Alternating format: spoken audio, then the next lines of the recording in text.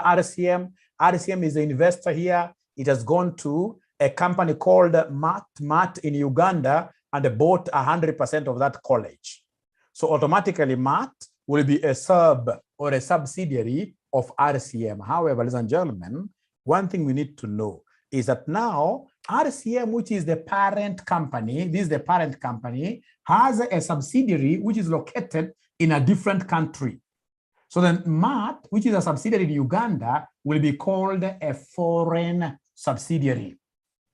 A foreign subsidiary. A foreign subsidiary. So if it's a foreign subsidiary, what does IFRS require us to do when we are consolidating the financial statements of these two entities?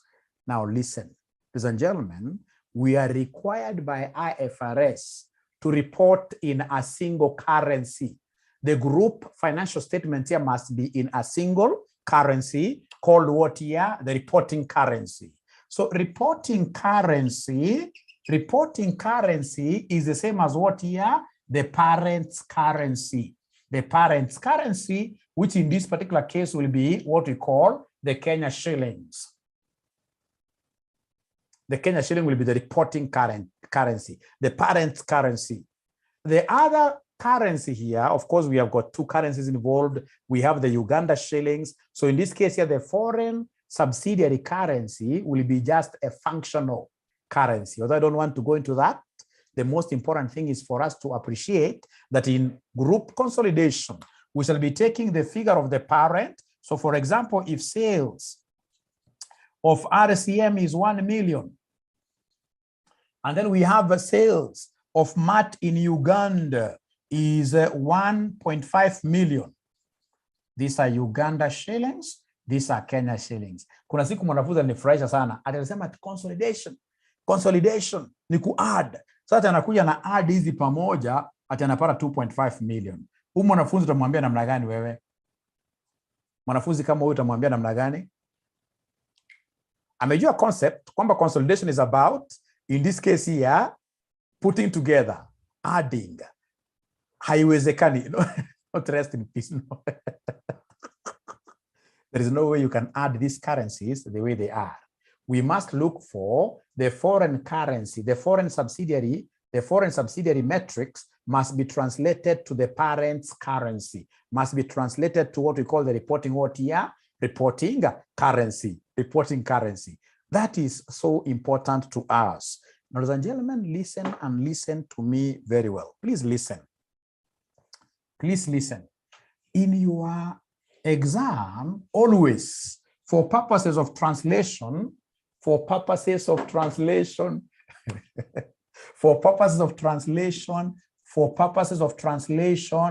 you will be given three currencies. In most cases, you will be given what we call the historical rate.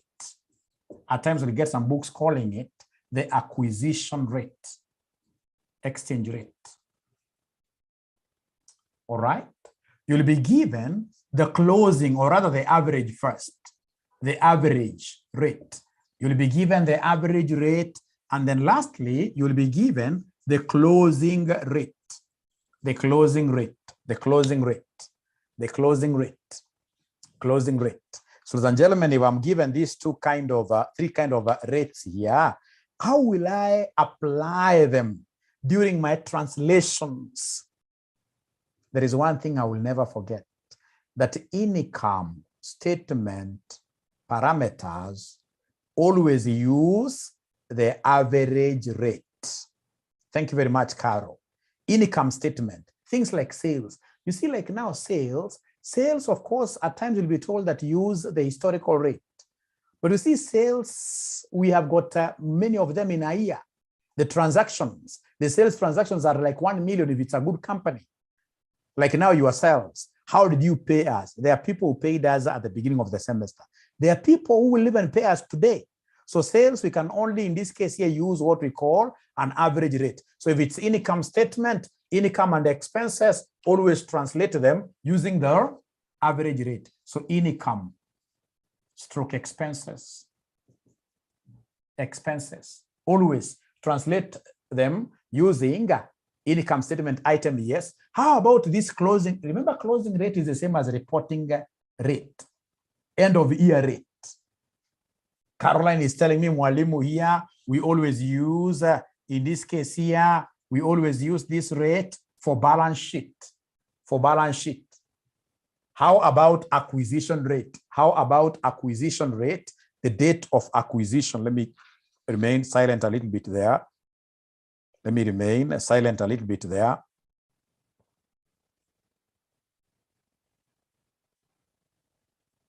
Very easy. You see, ladies and gentlemen, something to do with what here? Something, for example, listen, there are a few things that you will be using this acquisition rate, right? For example, you'll be calculating what we call the goodwill at acquisition. Do you remember goodwill at acquisition? Do you remember goodwill at acquisition? Do you remember? Ah, great. No, first of all, do you remember goodwill at acquisition? Yes, yes. And any asset that you are able, to, for example, do revaluations during acquisition, etc., we shall be using this. Ladies and gentlemen, to guide us through here, this question, I have a very good ACCA question. Have you seen that ACCA question on your WhatsApp? Have you seen that ACCA question on your WhatsApp? Ah, great. Wanasema no. Okay. Just a minute. The Lagos one, yes. Lagos. Ah, that's okay. We shall overcome. Okay. Okay.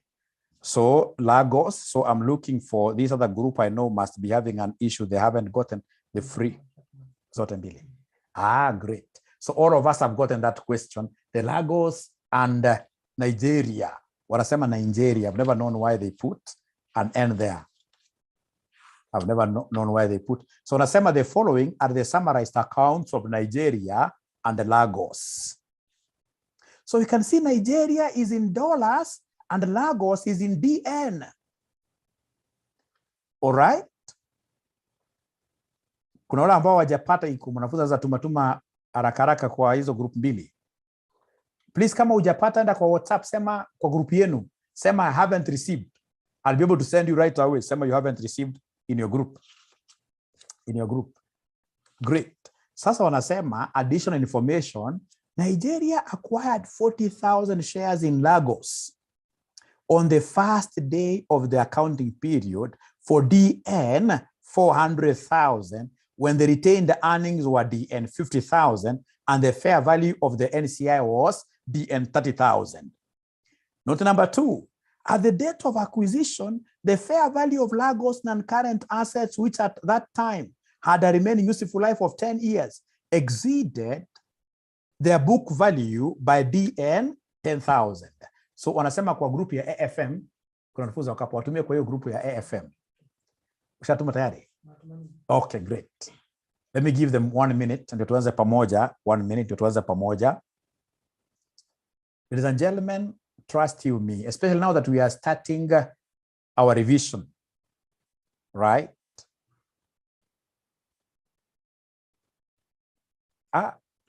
Instance of video and audio pausing. Is that the case for everybody? Are you guys able to hear me very well? This is a crucial lesson. You can't afford not to hear Mwalimu. Are you able to hear? Is it my network? Clear. Lagos, haiko Nigeria. Thank you. Aya, sasa washapata wote. Sasa kila mwanafunzi amepata. Kila mwanafunzi amepata. Kila mwanafunzi amepata sasa. Sasa kila mwanafunzi amepata. Kila mwanafunzi amepata namna hiyo. Yep. Thank you so much. Thank you so much. Great. Thank you so much. And then there is one more request I would want us to have, ladies and gentlemen, that we are going all the way up to 11. We are going with this lesson. We'll be on with it up to 11. Are we together up to there? You will not be bored at all. You will like the lesson. You like the lesson. That one I can assure you. That one I can assure you. No, 11 is okay with me. Great. So sasa tuanze kusoma additional information. Nigeria acquired 40,000 shares in Lagos on the first day of the accounting period for DN 400,000 when the retained earnings were DN 50,000 and the fair value of NCI was DN 30,000. Hebu kwanza tutafute group structure from there. Let's get group structure. Let's get the group structure from there. Let's get the group structure from there. This is a very easy question. Let's get the group structure from there. So group structure, what do we have here? Group structure.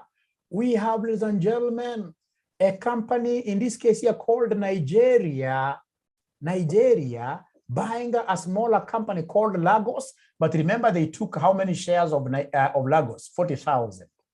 40,000. Out of how many shares does Lagos have? Nani za kutuangalia tuambie Lagos.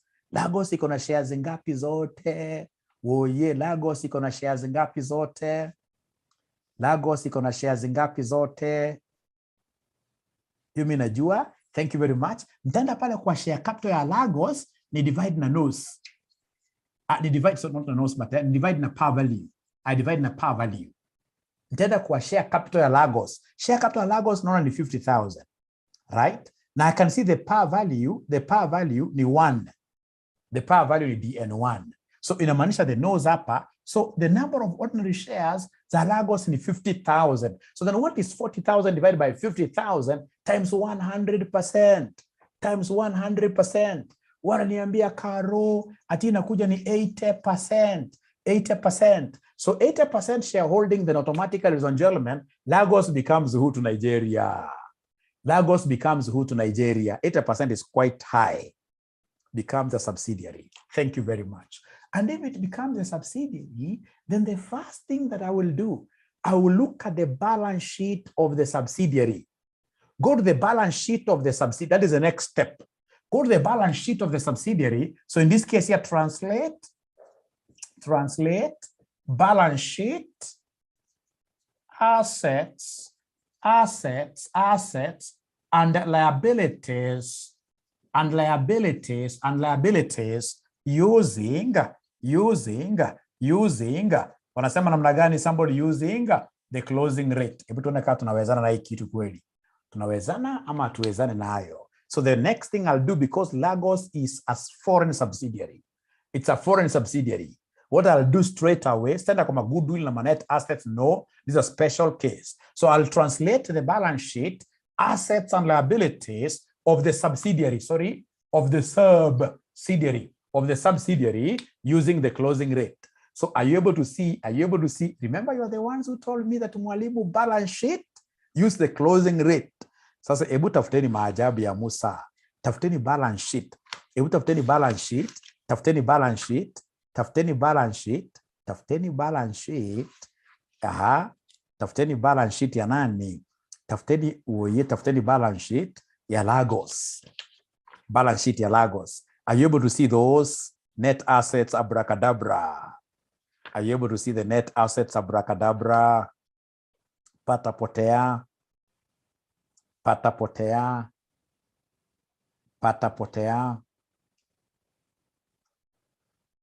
Hawajaona assets. Mimi naziona live. Naziona live. Assets. Ndaza na assets. Mimi naziona live. So kama asset, tangible non-current assets. So mimi nitavuta hii sasa. Nikuja niandike hapa. Hii ni marks za bure. Examiner ikupatia kitu kama hii. Na hii semester mwezi mkakosa hii. Hii ni kitu ya bure kabisa. Hakuna hata kitu ya kufikiria. So nitakuja pale, ladies and gentlemen, listen to me very well. So nitakuja pale niseme tangible non-current assets. The tangible non-current assets. Sasa nisikize. Wananiambia pale ya Lagos ni 100,000. Are we together? 100,000. If you are able to see that, please confirm you are able to see the 100,000. Are you able to see 100,000? Yes. But remember, during acquiring over a subsidiary, there must be fair value adjustment. There must be fair value adjustment of assets. Are you able to see any assets that were revalued upwards? From, note number 2. Note number 2, at the date of acquisition, the fair value of Lagos non-current assets, which at that time had a remaining useful life of 10 years, exceeded their book value by DN 10,000. Remember here during translation, I want the market value of assets. Yeah, you only exchange. Thank you very much, Robert, for asking. We only exchange the ones of the foreign subsidiary. We only exchange the ones of the foreign subsidiary. You can't exchange the ones of the parent company. No. No, you can't do that. You can't do that. Did you do translation of currency already? No, we have just begun, Mayom. We have just begun. Yeah. So let me ask you a simple question. This 10,000 fair value adjustment, is it a revaluation upward or a revaluation downward? Is it a revaluation up or down? Up. Up because the fair value is more than the book value. You know, you go with the fair value. When the fair value is more, when fair value is higher, always that is an up revaluation, up revaluation. So unakuja hapo unasema plus 10,000. Remember, this is valuation at the date of acquisition. At the date of acquisition. At the date of acquisition. We know for sure that this 10,000 has not yet been depreciated. Whenever there is a fair value adjustment, there must be depreciation on fair value adjustment. Right? So whenever there is a fair value adjustment, there must be depreciation on fair value adjustment. So come and give us the depreciation on fair value adjustment. You can write this somewhere there, although I can do it directly. So depreciation on fair value adjustment. Are you able to see the remaining useful life? Are you able to see the remaining useful life? Are you able to see the remaining useful life? Yes, 10 years. Remember, ours is straight line depreciation. So then I'll take the 10,000, I divide this by 10 years, which will give me how much? Straight line depreciation, 1,000. So remember, these are reduction in value. So if it's a reduction in value, I'll come and say minus 1,000. So then this will give me what amount, somebody? This will give me what amount, somebody? Somebody, 100,000 plus 10,000 minus 1,000 will give me what figure? Abracadabra. 109,000. Thank you very much. So are they 109,000 cows? Which currency are this? Which currency is this? The DN. Thank you very much. And I would want to translate these to the reporting currency. I would want to translate this to the parent's currency. Who is able to see the parent's currency? Who is able to see the parent's currency? Free marks, I can tell you. It is US dollar. It is US dollar. So when I look at the exchange rates which have been given in note number 5, these guys have given me 3 exchange rates. Kuna start of the year exchange rate, kuna average rate, kuna end of year rate. So which one should I use? Which one should I use? Closing rate. For balance sheet, we normally use closing rate, which is the same as the end of year. Now the question is, should I multiply this figure by 2 or I divide it by 2? Should I multiply it by 2 or divide it by 2? Divide by 2. Because if you try multiplying this by 2, listen, if you try multiplying this by 2, then we'll end up getting a figure which is in terms of dn squared. Dn squared. That can never apply. Because you can see the 2 there, it is 2 dn per dollar to $1. Alternatively, you could do this in your mother tongue. First of all, do it in your mother tongue. Say 2 dn equals $1. How about 109,000 dn's? How about 109,000 dn's? So when you cross multiply, it'll be 109,000 dn times $1 divided by 2 dn's. So that now the dn's will cancel out. You'll be left, ladies and gentlemen, with what here? You are reporting currency, which is the dollar. So you're right, divide. But I like the person who told me that whenever you see this is dn and this is dn, the only way out is to divide, because you can never have any currency which is in the form of what is squared. That can never happen. So you're right. So come and divide here. So could you kindly divide like that? So please give me the tangible and current assets. What figure are you able to get there, somebody? What figure are you able to get there? Somebody. Give me a figure. I have answers here. If you don't move with speed, I'll simply give you the answers automatically. I'll simply give you the answers automatically. So they're telling me, Mwalimu, you know what? That one is supposed to be 54,500. So the tangible and current assets, we have 54,500. 54,500. Thank you very much. Thank you very much. Now, the other asset that I would want us to translate very fast there is what they are calling there. Are you able to see any other asset there? Are you able to see any other asset there? For the subsidiary for Lagos, I cannot see financial assets. Very good for me. I cannot see investment in Lagos. They're nil. I can only see current assets, which are what, 209,600. So I'll come and write here, current assets. These are frameworks. I'm just translating the assets of the foreign subsidiary to my home currency. So I have here the current assets. So the current assets, I can see a figure of 209,600. So 209,600 DNs, I'm translating this using the 2. So divide by the 2 DN per dollar. So at the end of the day, I should be able to get how much? At the end of the day, I should be able to get how much? Somebody talk to me, please. Please. 104,800. So I'm being given a figure of 104,800. So 104,800. Thank you very much. 104,800. What else am I required to translate? What else am I required to translate? What else? Remember, these are dollars. Remember that now these are dollars. What else am I required to translate in the balance sheet? What else am I required to translate in the balance sheet? The liabilities. The liabilities, you're right. You guys are bright. So please go ahead and translate the non-current liabilities first. The non-current liabilities first. So non-current liabilities, are you able to see the non-current liabilities? Non-current liabilities, what figure are you able to see there? I'm able to see 88,000 for non-current liabilities. If you're keen enough, non-current liabilities for Lagos, for the foreign subsidiary, I'm able to see 88,000. So I'll take 88,000 divided by 2 again, which will end up giving me 44,000. Thank you very much. Remember, you told me to translate liabilities. After non-current liabilities, the next one will be the current liabilities. So current liabilities, I can see a figure of what here, somebody? For current liabilities, I can see 11,600. So I can see 11,600. So 11,600, I will come straight away and divide this by the closing rate of 2. Balance sheet items, we use the closing rate always, which is 5,800. Ladies and gentlemen, listen and listen to me very well.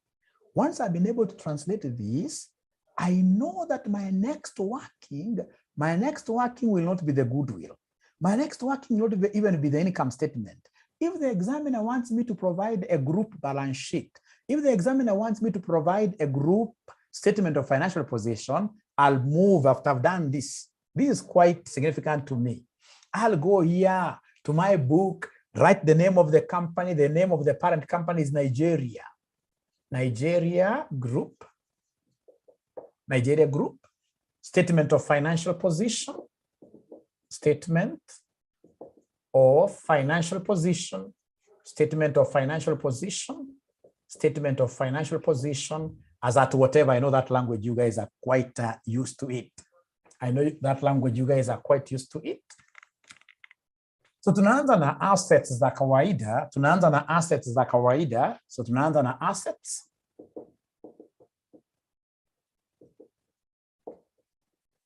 Tunaanza na assets, of which we shall begin with the non-current assets.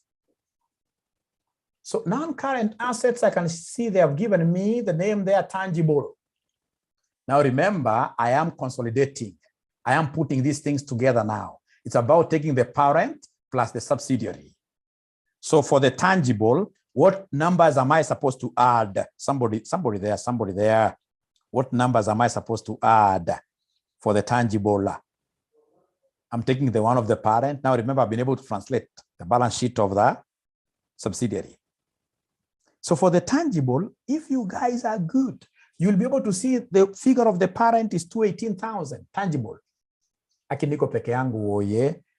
Tangible 218,000 plus the one of the subsidiary. And fortunately, we had adjusted the one of the subsidiary for the fair valuation. So plus 54,500. Please nipatie figure ni ngapi hapo sasa? Please nipatie figure hapo inakuja ngapi?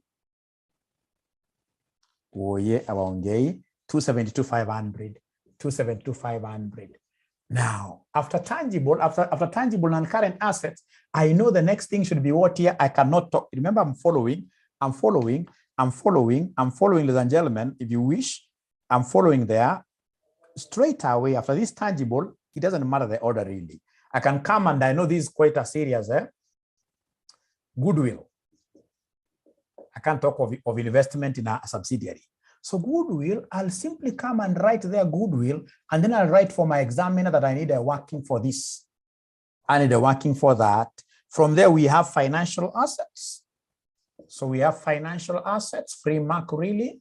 Financial assets, I'll take the one of the parent, which is 22,000, plus the one of the subsidiary there, which is 0, nothing really, 0. So this is a free mark, which gives me what figure there? Somebody 22,000. 22,000. From there now we have the current assets. So the current assets. So current assets, they've only given me one name there, consolidated name. So current assets, I'll take the one of the parent. The one of the parent is $90,000. $90,000 plus the translated one of the subsidiary that we are done. Of the subsidiary that we are done. Who can remind us that figure? 104, somebody's telling me it's 104,800. 104,800. So could you kindly give me this figure? Could you kindly give me this total figure now? 90,000 plus 104,800. So the total figure here will be 194,800. 194,800. 194,800. Now, ladies and gentlemen, remember goodwill, I'll be doing goodwill later, isn't it? I'll be doing goodwill later. But first of all, I would want to have a breather and ask you a simple question. Up to where we have reached, are we together? Are we together up to here? Are we together up to here? Ah, great. I thought you guys were sleeping. Great. Thank you very much. So please don't do this. Come and give us the equity there, the equity and what here and liabilities. Give us the equity and liabilities. So equity and liabilities, we start with the first one, which is equity. This is a straightforward thing. I like this. Equity. So equity, let's begin with share capital. Share capital. Share capital. Share capital. So share capital, ladies and gentlemen, thank you very much. Eliza is asking, what of investment in Lagos? Who is Lagos to us, Eliza? Lagos is our subsidiary. Just like I gave you a very good example, Eliza. If, for example, today I was to take my madam for a PhD program, will I stand all the way on top of the roof every time she comes home? Then I'll be beating my chest, telling her, you know what, I've invested in you. No. Investing in my madam is as good as investing in myself. Those are my people, right? The only thing that I can ever enjoy out of that kind of internal investment is goodwill, right? So remember, ladies and gentlemen, that any investment in your subsidiary is normally replaced with what here? Goodwill. Is normally replaced with goodwill. Investment in subsidiaries is replaced with goodwill. If it's associate, I'll talk of investment in an associate. So Elizabeth, have I answered you? Have I answered you? Yes, Hussein, you actually write off whatever you do for her, you write off, you only recognize the goodwill. Perhaps akienda sasa amepata PhD, apate kazi kubwa kwa UN, I'll be there enjoying silently, not every time bringing out that issue like a foolish man. You know, I took you to, no, you don't do that. You don't do that. You don't do that. Great. So ladies and gentlemen, share capital, you guys are bright. You've told me this is a free mark. You only take the one of the parent. So the one of the parent, what do we have there? Somebody, is there somebody who is able to see the share capital of the parent? Is there somebody who is able to see the share capital of the parent? Share capital of the parent, it's 175,000. Are you able to see 175,000? Yes. So when we go to these workshops, even at Kasneb, ladies and gentlemen, Nowadays, we are told to do these questions direct like that. That thing of drawing T accounts is long gone. It has wasted so many students. You'll do this thing in T account like that, and you'll take more than 1.5 hours in one question, which will be very unfortunate. Even if you were to look at a marking scheme from Kasneb, nowadays it is like this: 1 mark, 1 mark, 1 mark, right? Straight. But if you are here trying to do T accounts, cost of control, those things you used to do in early 2000, 2001 there, and then you feel like 2 pages, big pages of T accounts, you'll end up failing. Nowadays, it is what here? It is direct. Fortunately, I happen to be knowing the 2 methods, but I can tell you that the other method of T accounts is a very bogus method. Very bogus method, simply because you'll do what here? You will end up doing quite a lot for a lot of time. Many, you can even get a student doing a question, a consolidation at 2 hours. And yet you're supposed to do this question in how many minutes? 36 minutes. All students who take 1.5 hours here to do a consolidation question, they repeat. That is the surest way of repeating, right? You're supposed to ask yourself, what can I do to be able to get maximum out of the 36 minutes? This is one of the ways. So share capital, we have share premium, a free mark there. So share premium, what do we have also for the parent, isn't it? Share premium is also for the parent. So could you kindly give me a figure, somebody there, for the parent, for share premium? For share premium, wanasema 50,000 for share premium.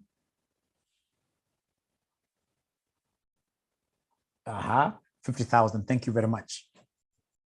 Thank you very much. And ladies and gentlemen, from there, we move on. From there, we have a revaluation. I'm simply copying those things there. We have a revaluation, what here? Reserve. A revaluation reserve. A revaluation reserve. So this one, I'll put the figure given there for the parent over how much revaluation reserve. I'll put a figure of 40,000, but I know at times these reserves change. I just put a mark there. I know those reserves at times they change. I just put a mark there.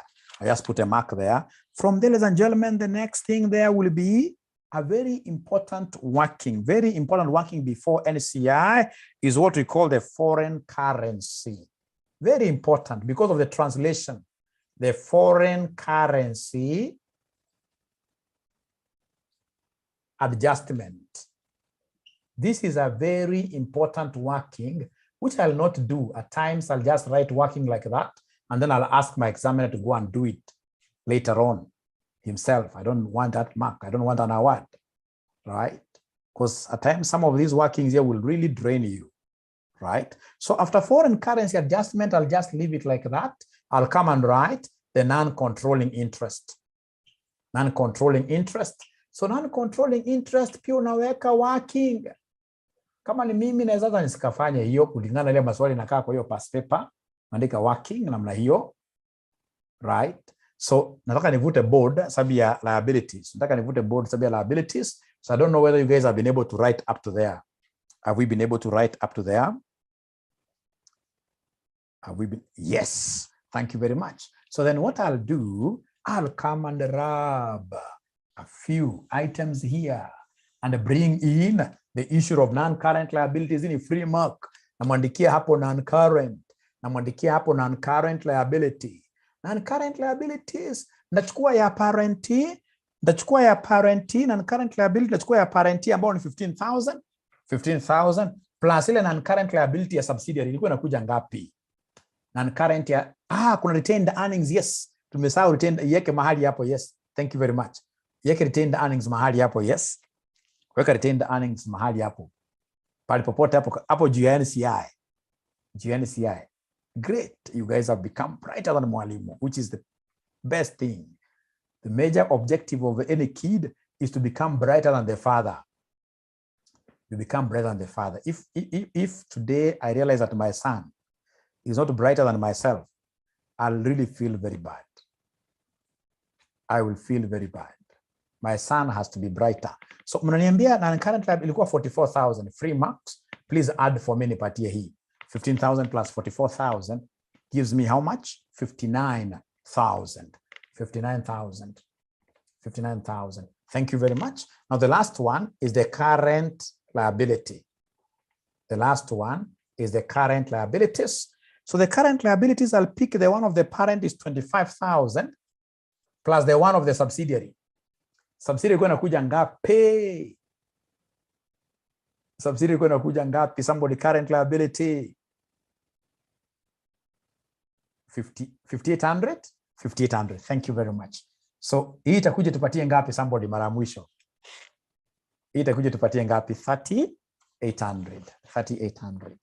3,800. Sasa wacheni uulize swali. Mwanafunzi akifanya hii swali awache hivyo. Assuming you examiner alikuwa anataka just statement of financial position. Na maybe alikuwa amepatia 8 marks, 8 marks. Wewe through your own assessment, out of 8 marks ungempea kama ngapi? Akiachia hivyo. Of course you're 0. Yeah. It'll be 5, yes. Yes. Yes. Na kumbuka hiyo ni kuandika na kufanya mambo bila jasho. Yuko muziki nilisikia kiimbo juzi ati bila jasho. Bila jasho. No, 6 is too high. Say 5. Say 5. Now, ladies and gentlemen, listen and listen to me very well. Sasa nisikize na mnisikize vizuri sana. Sasa nataka kuanza kufanya hesabu. Sitaki kwenda ingekuwa ni mimi nafanya hata kama ni SCC ama ni which paper, singeendelea na hii vitu ya working. Ningeenda kwa income statement. Retained earnings, are we adding both? No. Retained earnings, no recast is a special formula. It's a special account. Don't worry about retained earnings. Sasa wacha nikuje kwanza nimalizie kwanza hii balance sheet. Tumalizie ni balance sheet kwanza. So kumaliza balance sheet, tuanza na net assets of the subsidiary. Andika net assets of the subsidiary sasa. Net assets of the subsidiary. And these must be given in foreign currency. Must be given in foreign currency. So remember, net assets is at acquisition and at reporting. Net assets at acquisition and at reporting. Yes. Ruth naona kamate maneno. It's net assets at acquisition and net assets at reporting. Hebu tuenda haraka sasa. Ukisikia jina net assets inaguziwa mahali, ukienda kwa interview ya CFO, usikie mtu akisema kuhusu net assets. What comes to your mind? Ukisikia mtu anaongea kuhusu net assets, what comes to your mind? Somebody, equity elements. Yes. Equity elements. Thank you very much. So could you kindly label them? Could you kindly list them? Those equity elements, please list them. The equity elements, are you able to list them? Is there somebody who is able to list those equity elements? Is there anybody who is able to list the equity elements? Is there anybody who is able to list the equity elements? They are not able to do that. They are not able to do that. Yes, ordinary share capital. Thank you very much. So we have here the ordinary share capital. Thank you very much. Ordinary share capital. Which other one? Share premium. Thank you very much. Share premium. Thank you very much. You guys are bright. Ingine ni gani somebody? Retained earnings. Thank you very much. Retained earnings. Thank you very much. Kuna moja ambao mnasahau jameni. Revaluations, yes. What we call the fair value adjustments. And then we have lastly, depreciation on fair value adjustment. Depreciation on fair value adjustment. Haya, kujeni kwanza mjaze column. Tujaze kwanza hiyo column. Kumbukeni ni net assets of the subsidiary. Net assets of Lagos. Net assets of Lagos in terms of its currency, which is the DN. In terms of its currency, which is the DN. Tuende kwanza tujaze at reporting, what do we have there? At reporting, what do we have there? At reporting, what do we have here? At reporting is the same as at year end. Oye ataki uniongelesha. Ordinary share capital, yaka kampuni kaitwa Lagos, at reporting ine ngapi somebody? Is there anybody who is able to see 50,000? Oye niko peke yangu. Aya, how about share premium? Share premium, how much are you able to see for share premium for Lagos? Thank you very much, Meshach. 10,000. 10,000. Very good. Are you able to see the retained earnings? Retained earnings for Lagos. Retained earnings for Lagos, 150,000, 150,000. Are you able to see the fair value adjustment of Lagos assets?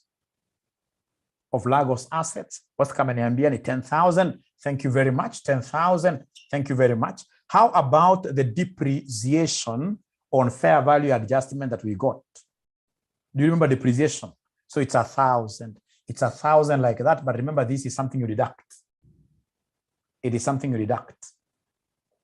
Now, I know that most of these things itakuwa ni abracadabra kuchange hapa kuweka hapa. Kwa mfano, share capital never changes, inakuwa the same, 50,000. Share premium never changes, inakuwa the same. Lakini haka nika monitor, haka nikanaweza kukuangusha haka. Retained earnings at acquisition is normally given. Retained earnings at acquisition is normally given. Are you able to see the retained earnings at acquisition? Retained, it's in note number, it's in a particular note there. It's not number one. Not number one. When the retained earnings were 50,000. Retained earnings were 50,000. So retained earnings here at acquisition were 50,000. How about fair value adjustment? You unakuja na transfer pale direct 10,000. These assets hazikuwa zime depreciate at all. Hapa ni zero. Zero. So could you kindly come here and give us these figures? There is a question up there. Explain kidogo that 10,000 for fair value adjustment. That is quite easy. We are given in note number 2. Note number 2, at the date of acquisition, the fair value of Lagos non-current assets, which at the time had a remaining useful life of 10 years, exceeded their book value by DN 10,000. So it's a revaluation upwards. So could you kindly give me these figures? Kindly give me these figures. Munapata ngapi hapa woye? Munapata ngapi woye hapa? Net assets at acquisition 120,000. Na hii method yangu imesaidia wanafunzi wengi miaka mingi kupita, ingawa wananuliangi ka kitu. Hata wale walikuwa section 3 la semester, niliwapatia ka format, kakawapatia marks wakapita. Lakini nilipatiangi ya macho. Hii inakuja 200 and what year? 219,000. So could you kindly give me the difference between the two? Difference between the two. The difference between the two. Could you kindly give me the difference between the two? 99,000. So I'm being given a figure of 99,000 here. What name do we give to the difference between these two? What name do we give to this difference? It's POP. Thank you very much, Robert. This is POP. This is POP. POP. And what do we normally do to the POP? What do we normally do to the POP? We share. We split it. So we split it between the parent and the NCI. Split. So come and split this. Tell us the parent will take how much and the NCI will take how much. Very important. Remember the parent was 80%. Remember the parent was 80%, isn't it? And therefore NCI is 20%. Very important for me to know that. NCI is 20%. NCI is 20%. So we are in 79,200, parent 79,200, 79,200, and then NCI 19,800. Kwa mwanafunzi na private chat hapa ananiuliza mwalimu, POP inamaanisha nini? POP inamaanisha post acquisition profits. Post acquisition profits. Ukianza kufanya ile T account kusumbua sana. Hii upo utakuwa umesolve vitu mingi sana. Hii inaitwa post acquisition profit. Post acquisition profit. Thank you very much. So are we together up to there? Are we together up to there? Are we together up to there? Are we together up to there? Are we together up to there? Chonjo, eh? Great, great, great. Now, ladies and gentlemen, the moment we reach there, I would want you to listen and listen to me very well. Keeping up. Oh, it's already 11. It's already 11, but I would just ask for your 5 minutes, actually. Only 5 minutes. Is that okay? Only 5 minutes. Is that okay? Yes.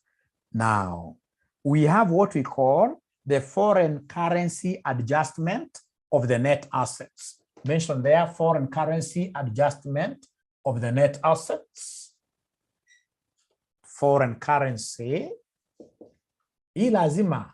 Foreign currency adjustment of the net assets. So give me the net assets at acquisition. Give me the net assets. Give me the net assets here at acquisition. The net assets at acquisition. At acquisition. Give me the net, no. Give me the post-acquisition profit. And then give me the net assets. Give me the net assets. Give me the net assets. Net assets at reporting. Net assets at reporting. Net assets at reporting. Let me just rub this. Let me rub this. So we are doing the foreign currency adjustment on net assets. This is a new working. Foreign currency adjustment on net asset. On net asset. On net asset. Very important working. The foreign currency adjustment on net assets. So could you kindly remind Mwalimu, what was the net asset at acquisition? Please give me the figure. Net asset at acquisition, mulikuwa mnapata ngapi oye hapa? Ilikuwa inakuja ngapi? 120,000. How about the POP? How about the POP? POP ilikuwa inakuja ngapi? POP ilikuwa inakuja ngapi? POP ilikuwa inakuja 99,000. 99,000. Ladies and gentlemen, how about net assets at the year end? Net assets at the reporting, mulikuwa mnapata ngapi? 219,000. You guys are bright. These are free marks. Remember, all these are still in foreign currency. So I would want us to translate this. I would want us to translate this. I would want us to translate this. Ladies and gentlemen, to translate this, they have given us at note number 5. In note number 5, they have given us exchange rates. They have given us exchange rates. So I would want a good student to tell me, this net assets at acquisition, what do you think is the most appropriate exchange rate should we use to exchange? Net assets at acquisition. Very good. It is the exchange rate at acquisition, the starting, at the start, of which umeniambia ni 4. Na mlikuwa umeshaniambia mwalimu ili ya kudivide. So hapa to divide na 4. Sijui kama mmeona hiyo. So net assets, use the starting rate. Net assets, use the starting rate. How about POP? POP in this case here, which rate should we use for POP? Which rate should we use for POP? Which rate should we use for POP? It's a profit. It's average. We said profit. No. Profit is always average. Profit is always average. So this one divide by 3. How about net assets at reporting? How about net assets at reporting? Closing, yes. Closing, yes. So closing, so divide this by what here? Divide this by 2. Ebu nipatieni hizo answers. Oye. Wananiambia ya kwanza ni ngapi? Ya kwanza wananiambia ni 30,000. Ya kwanza wananiambia ni 30,000. Ya kwanza wananiambia ni 30,000. Ya pili je ni ngapi? Oye. Ya pili je ni ngapi? Ya pili je ni ngapi? 33,000. Thank you very much. Kumbuka sasa ni madola. Dollar C. Ya mwisho je inakuja 109,500. Thank you very much. 109,500 $C. And therefore, ladies and gentlemen, look at this. I would want you to tell me something. You know, at the end of the day, you are required to add the 2. When you add the 2, you'll get 30,000 plus 33,000, giving you 63,000. That is how our assets were supposed, that is the value that our assets were supposed to be having, 63,000. But because of the translation differences, we can see that our net assets at the end of the year have a different value.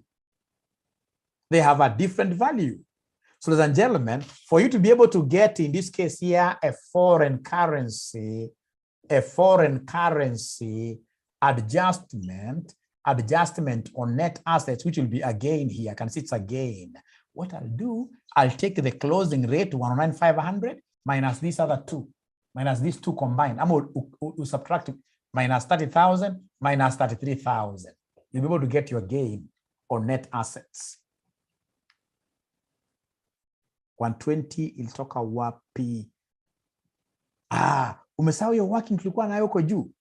Kuna hiyo working tulikuwa nayo huko juu. Kuna hiyo working tulikuwa nayo huko juu. Kuna working ambayo tulikuwa nayo huko juu ilikuwa na net assets at acquisition. Wanafunzi wameanza kulala, kitaenda nyumba, tutawacha sasa kazi. 46 wameanza kulala kusema kweli. 46 what here somebody? 46 what here somebody? 46,500. So this is 46,500. Hii unagawia. Unaigawa, you split it. Split it. Parent akule kitu yake. Parent akule kitu yake. So split it 46,500. Parent akule 80%. Parent akule 80%. Na NCI akule 20%. You split immediately. Split immediately. Split immediately. I can see Jackie na Kipkorino ameinua mkono juu. Please, I would want you guys to ask questions by just typing there. Please type there. Please type there. Please type there. So ananiambia parent should be 37,200. Parent should be 37,200. How about NCI? 9,300. NCI 9,300. Thank you very much. Now I'm doing my last working. Second last working actually. Second last working. Second last working. Second last working. And remember, it's good for you to be proud of your currency. This is the dollar, and this is the dollar. Like that, we must be proud of our currency. So are we together, first of all, up to there? Those hands that I saw up, please try typing. I'll be able to respond. Are we together up to there? 2 yeses are great.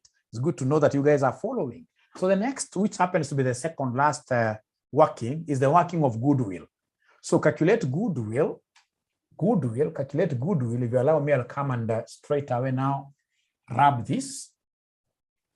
Remember, you get net assets, you get foreign currency adjustment on net assets. You get goodwill, you get foreign currency on the goodwill as well. That only, and then we go home. We go home, we sleep, we sleep. Where do we take those workings? Don't worry. Don't worry, don't worry. You'll see those workings where they are going. Don't worry. So we have goodwill. Remember, goodwill, you have to calculate goodwill in terms of foreign currency. In terms of foreign currency. Is there somebody who is able to remember goodwill? Is there somebody who is able to remember goodwill? How do we get goodwill? Is the easiest thing. You give us the considerations paid by the two parties. You give us the consideration paid by the parent.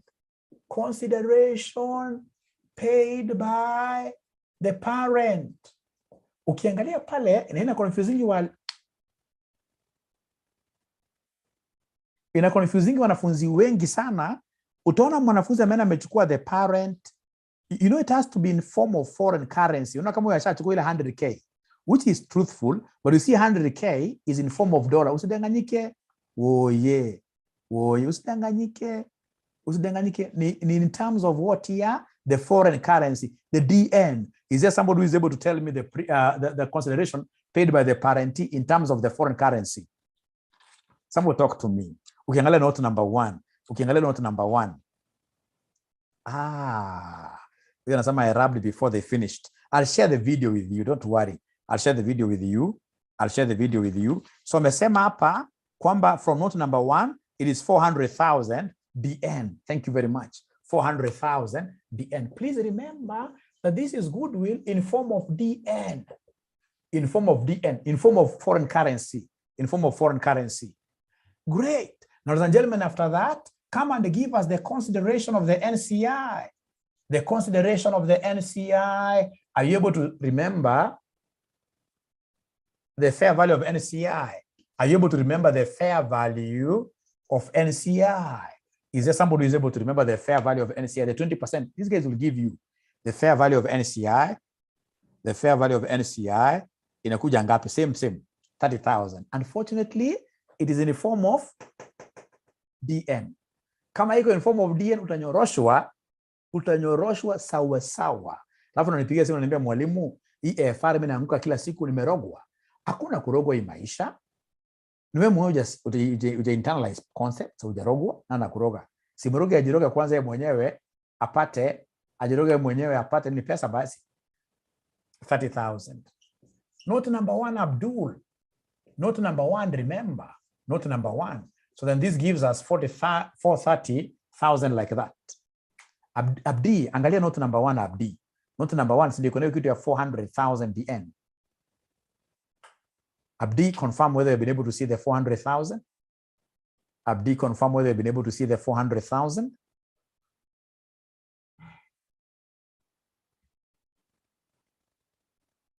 Abdi hajaona hiyo. Abdi hajaona bado. Yes, thank you very much. So once I get this total consideration, I should come here and say less what? I should come here and say less what? Less what?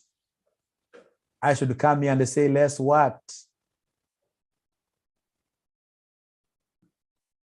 Net assets at acquisition. Thank you very much. Less net assets at acquisition. Less net assets. Are you able to remember the net assets at acquisition? Are you able to remember the net assets at acquisition? Yes. In DN, how much? How much in DN? How much in DN? How much in DN? 120,000. 120,000. So could you kindly subtract here for you to be able to give me what we call goodwill at acquisition. Goodwill at acquisition. What are we able to get as goodwill at acquisition? What are we able to get as goodwill at acquisition? Goodwill at acquisition.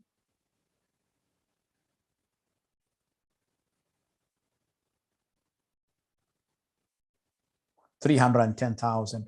Thank you very much. So after getting this 310,000, what do? We'll come under less impairment, isn't it? So we less impairment. Impairment, they have told us there is no impairment which occurred. So meaning that goodwill at the end, itakuwa ngapi? Somebody, goodwill at the end. Goodwill at the end. Goodwill at the end, itakuwa ngapi? 310,000. Remember, these are in form of what here? The end. Once I finish that, I know what should follow here automatically is the foreign currency adjustment of goodwill. Because I have to translate it. And when I'm translating to my reporting currency, then I have to compute. So mention their title, foreign currency adjustment on goodwill. Foreign currency adjustment on goodwill. Foreign currency adjustment on goodwill. So can I wrap this? Can I wrap this? Can I wrap this? Can I wrap this?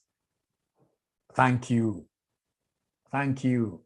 Thank you very much. Hiyo ni kitu rahisi sana, foreign currency adjustment on goodwill.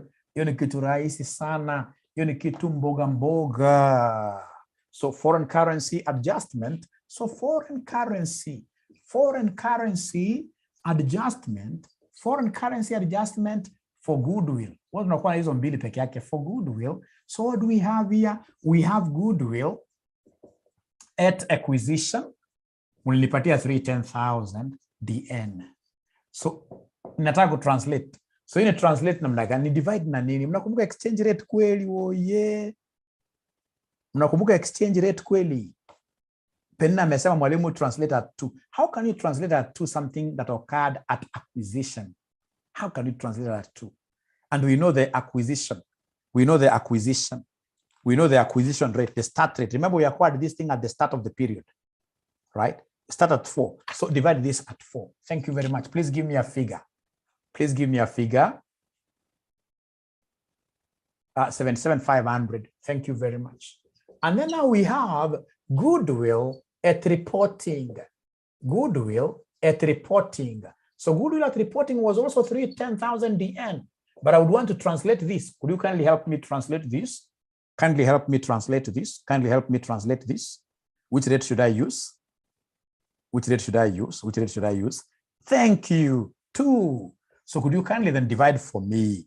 Divide for me. Divide for me. Divide for me very first.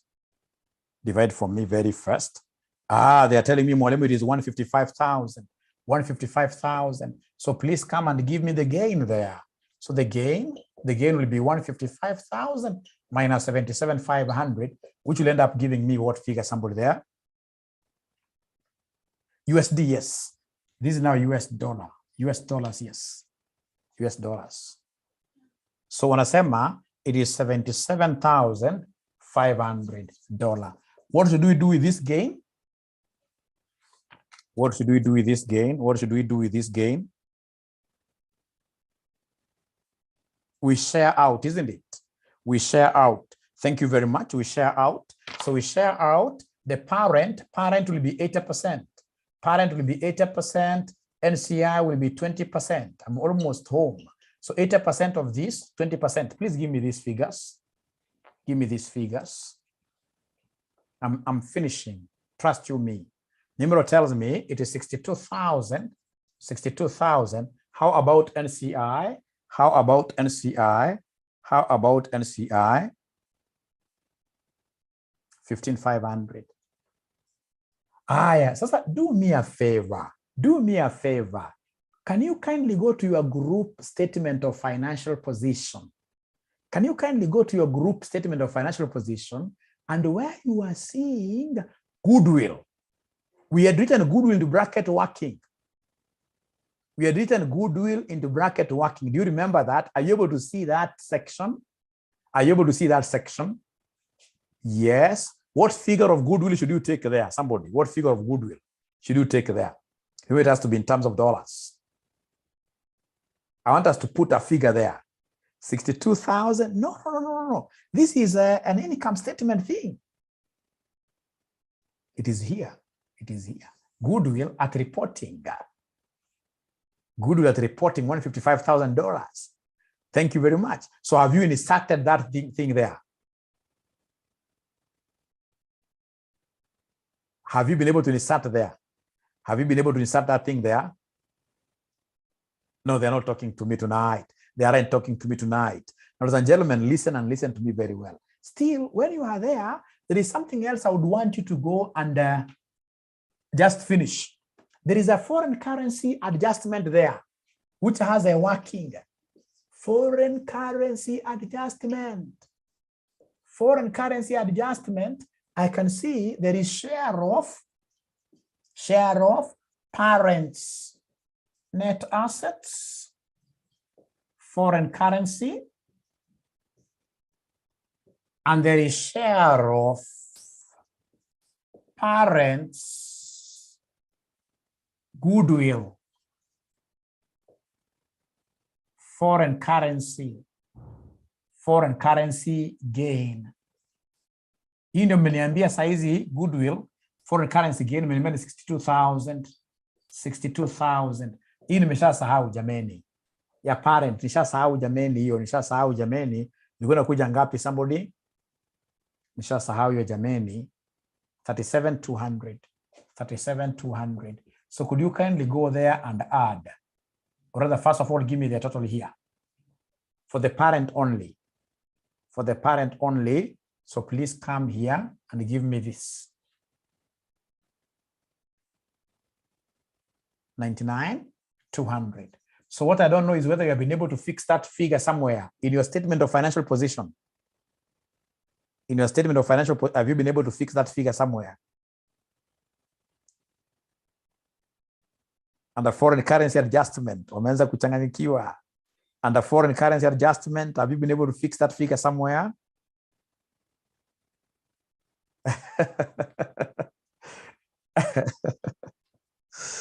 Wengi kabisa wameanza kuchanganyikiwa.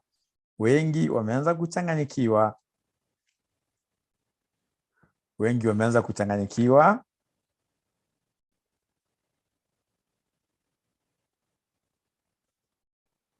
Great.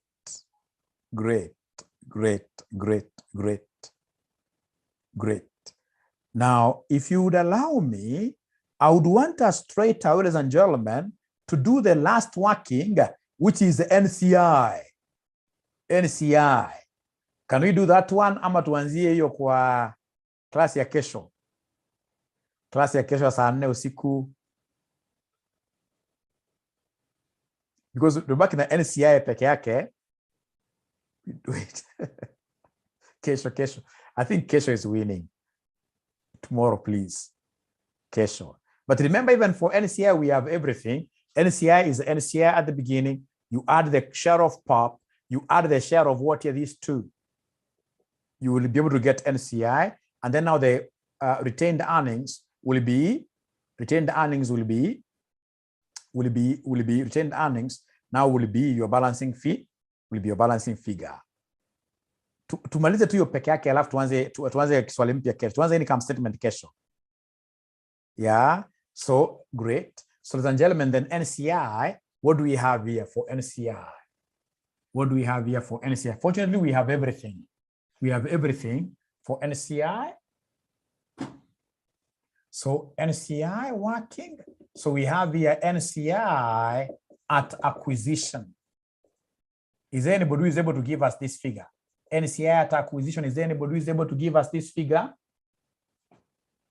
Linus anauliza 99,200. Where do we take it? The statement of financial position. There was a place we left under equity called foreign currency adjustment. Called foreign currency adjustment. 99,200. Linus, are you able to see that thing? Are you able to see that thing? Are you able to see that thing? Thank you. Sasa turudi hapa. NCI, ebu sana nipatini figure haraka haraka. NCI at acquisition ni ngapi somebody? NCI at acquisition ni ngapi? NCI at 30,000 DN. But now I want to translate this. So I want to translate this to dollar. So how do I translate? Which rate should I use? 4, 3, or 2? Which rate should I use there? Which rate should I use? 4, yes, because of the word acquisition at the start. So divided by 4. So 30,000 divided by 4 inakuja ngapi? 30,000 divided by 4 inakuja ngapi? 30,000 divided by 4 inakuja ngapi? 7,500. 7,500. Now come here and add share of POP. Share of POP. Is there somebody who is able to remember the share of POP? Share of POP. Share of POP. Share of POP. 9,300. 9,300. 19. In 19,800 ilikuwa in form of DN, sama ilikuwa in form of ilikuwa in form of dollar. I think DN. So DN, come on DN, no problem. Come and divide this by the average rate. Divide by the average rate. What is the average rate? What is the average rate? What is the average rate? What is the average rate? 3. So divided by 3. Could you kindly give me a figure to write there? Kindly give me a figure to write there. Kindly give me a figure to write there. 6,600. Thank you very much. Now come here and give me add share of foreign currency. Foreign currency for net assets. Is there somebody who has got that figure? Is there somebody who has got that figure? Fortunately, for net assets, we had translated. We had done everything. Foreign currency net assets, I think it was, yes, $9,300. I hope you have dollars there. These are supposed to be dollars, all of them. All right. And then we have here, lastly, add share of foreign currency goodwill. How much? Goodwill, how much? Goodwill, for goodwill, how much? Somebody, how much? 15,500. 15,500. So could you kindly give me the total for NCI? Please give me the total for NCI. What do we have there as the total for NCI? What do we have there as the total for NCI?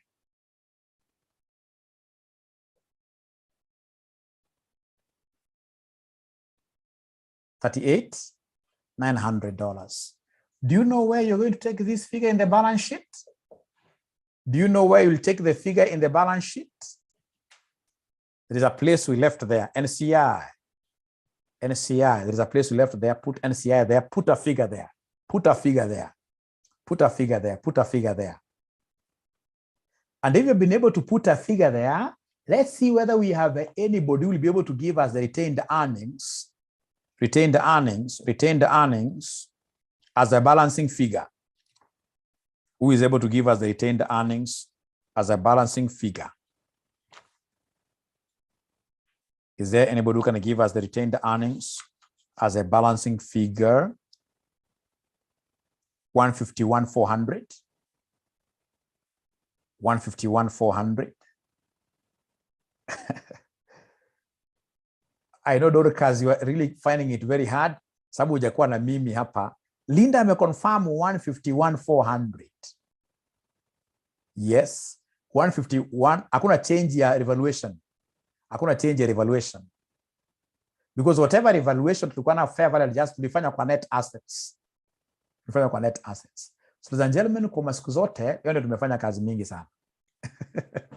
So I'm happy. So I know the new students who are joining us for the very first time mmeshtuka kidogo, but I'm also 100% sure that you are able to see value of whatever we have done. Kama ulikuwa na mwalimu wako anapiga ma T accounts, ingekuwa anapiga T accounts kwa hii hesabu, haungeshika anything. Afadhali hivyo at least umefuata. So please, I encourage you guys to go ahead and register with us. Go ahead and register with us. Ndio tusome kitu kabisa vizuri. Thank you very much. It has been a pleasure hosting you. It has been a pleasure hosting you tonight. T account zinafanya mshikwe, yes. Yes. Tuachana hiyo mambo ya T accounts kabisa. Direct. Great. So the new students, are you coming to join me? Are you coming to join me for this block release?